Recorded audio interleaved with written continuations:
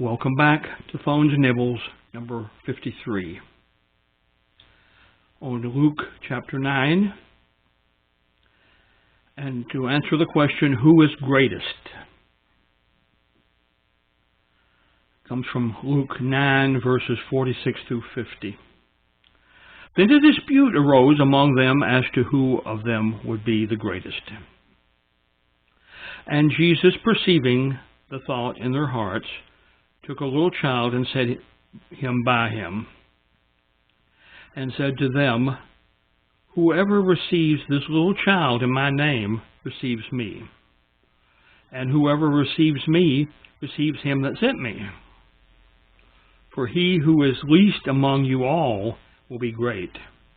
Now John answered and said, Master, we saw someone casting out demons in your name, and we forbade him, because he does not follow with us. But Jesus said to him, Do not forbid him, for he who is not against us is on our side. And this really is about the doctrine of service, how we serve. The explanation. Why is this in the Bible? It shows the difference between worldly greatness and heavenly greatness.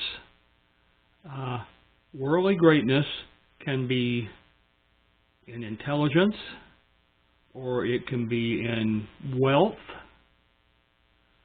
or it could be in charisma. We respect people who have those three things. And, we can throw in people who have special talents, great football players, great opera singers, all those people. We consider those to be great people. But that is a worldly greatness. Not to say that they don't have the other as well, but that's not what we look for in greatness in a worldly sense. Heavenly greatness is something quite different, and we'll talk about that in a minute. It was written to mainly the disciples. The communication from this behavior of love and acceptance requires the servant's heart. Thus, the greatest is the lowest servant. And that really gets right to the point of what Jesus was making here. And he says this again later in several of the Gospels when he washes the disciples' feet and demonstrates himself as the lowest servant. But the point is that servitude is much more important than, shall we call it, the attitude of greatness. A person can be great and be a humble servant. Jesus is an example, and there are many other religious leaders over time that have shown that they can be great and be servants to their people. That's the ideal king, in fact. That's the king that Samuel wanted to see, but recognized he wasn't going to see. And God convinces him, well, yeah, that's right, but we have, these people are not rejecting you, they're rejecting me. Application to my life. Helping others should be a priority in my life, and also in the church's ministry. I want to differentiate between that. I can be a servant, a person, a helper person as an individual. Whether that's buying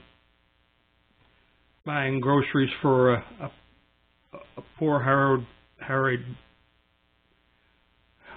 widow, with children, or whether it's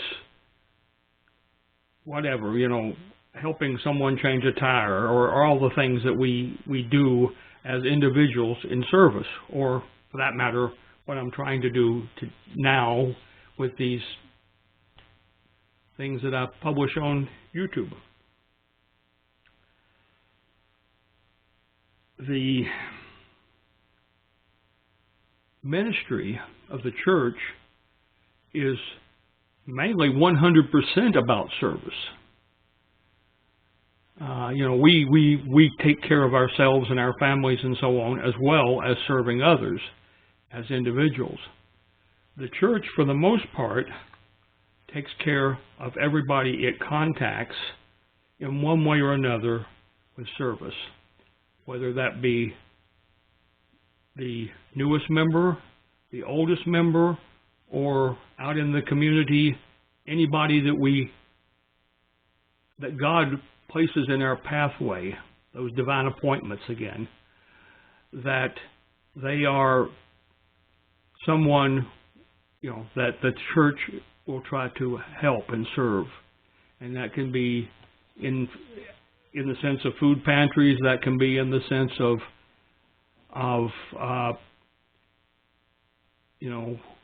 financial help. It can be in the sense of helping someone get their car repaired.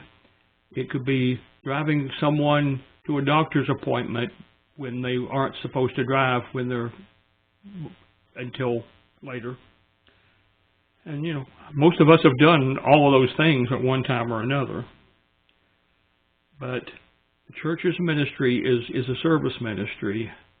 Our personal ministry is also a service ministry, but we also have the added burden of living a normal worldly life as well.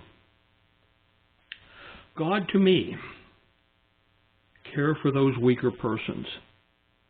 Boy, what a blessing so many of us can be with very little effort on our part to help a weaker person. Whether that means that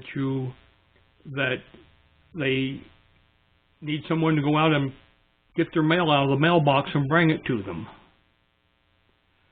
Whether they need their lawn mowed. Whether they need someone to run to the grocery store for them. Whether they need someone to drive them to the doctor. All those things are things that we can, from time to time, do for weaker persons. And we can be a real blessing to them if we do that. My personal response: Lord, give me a heart for everyone I come into contact with, to figure out how to serve them in a godly way. That is, it isn't enough that I recognize that a person needs help, although that's certainly important. But we need the heart to go another step and explore how it is that we can serve them in a godly way. Sometimes that's simply pulling a $5 bill out of your wallet and giving it to them so that they can go into the McDonald's and buy them a cheeseburger and fries. I don't know. But, sometimes it may be something much more elaborate than that. And sometimes it's just talking to them. Sometimes they're just lonely. And so we need both the heart to connect with a person, but then also the heart to figure out how you can help them.